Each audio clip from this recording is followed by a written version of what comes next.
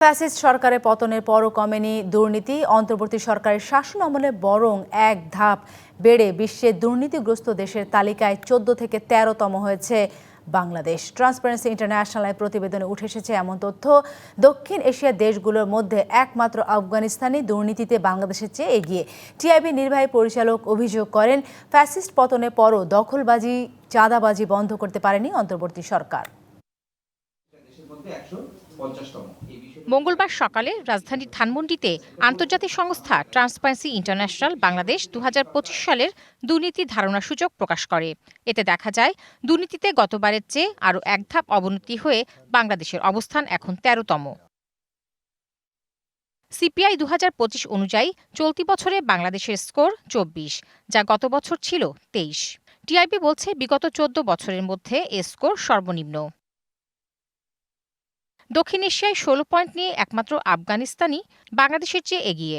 এমনকি আফ্রিকার দেশগুলোর চেয়েও বেশি দুর্নীতিগ্রস্ত দেশ বাংলাদেশ। 2025 পর্যন্ত প্রতিবেদন বলছে, দুর্নীতির লাগাম টানার প্রশ্নে বাংলাদেশের অবস্থান হতাশা ও উদ্বেগের। বেশ কিছু দেশ বাংলাদেশের তুলনায় অনেক ভালো করেছে। টিআইবি নির্বাহী পরিচালক ডক্টর ইফতেখারুজ্জামান অভিযোগ করেন, ফ্যাসিস্ট সরকার উৎখাত হলেও জোটতন্ত্র অব্যাহত থাকায় দুর্নীতি নিয়ন্ত্রণে ব্যর্থ হয়েছে অন্তর্বর্তী সরকার। প্রতিবাদ পতনের পর থেকেই দলবাজি, দখলবাজি, চাঁদাবাজি ইত্যাদি অব্যাহত ছিল এবং সেখানে রাজনৈতিক এবং সরকারি শক্তি, আমলাতান্ত্রিক শক্তি অন্তর্ভুক্ত ছিল।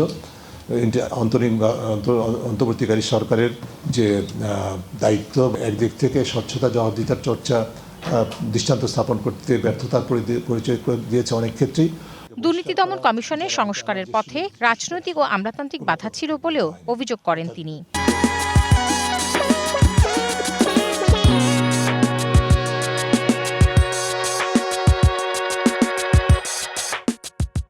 শুধুমাত্র রাজনীতি, আমলাতন্ত্র, দুদক সংস্কারের প্রতিবন্ধক ছিল না, দুদক নিজেও তার প্রতিবন্ধকতা সৃষ্টি করেছে বলে আমাদের কাছে তথ্য আছে।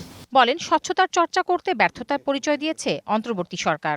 স্বচ্ছতার চর্চা বলতে শাসন প্রক্রিয়ায় সেটা কোনো দৃষ্টান্ত আসলে তারা স্থাপন করতে পারেনি এবং যার ফলে যেটা হয়েছে, এই ধরনের বড় বড় চুক্তিগুলো, একটা বড় প্রশ্ন হচ্ছে এখনই কেন করতে, ঠিক আছে যদি করতে হয় তাহলে আমরা শুরু থেকে কখনো করলাম না। এটার বোঝাটা তো জনগণকে নিতে হবে এবং অন্তর্বর্তী নতুন নির্বাচিত সরকার। বিশ্বের 180টি দেশের মধ্যে সর্বোচ্চ দুর্নীতিগ্রস্ত দেশের তালিকায় যৌথভাবে প্রথম স্থানে আছে দক্ষিণ সুদান ও Somalia. Tahsina Jessy, DBC news, Dhaka.